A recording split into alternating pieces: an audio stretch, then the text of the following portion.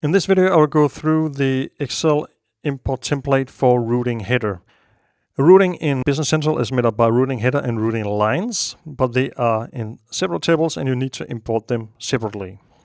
We have only 4 fields in the routing header, and if the field is marked with red, it means it's a minimum requirement or a mandatory field. In this case, they all are. And if it has a gray background, it means it has an underlying table that it should look into. So let's start with number. Number is the number you want to give your routing, and description is of course the description of the routing. Status: when you import the routing header the first time, it is crucial that you use the status new, otherwise you cannot import the routing lines afterwards.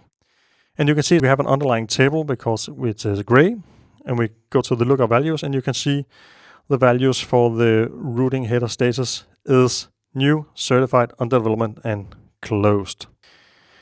And just to make sure under how to use the template, I note again, all routing headers must be imported with status new, otherwise it's impossible. So you can always look into this page.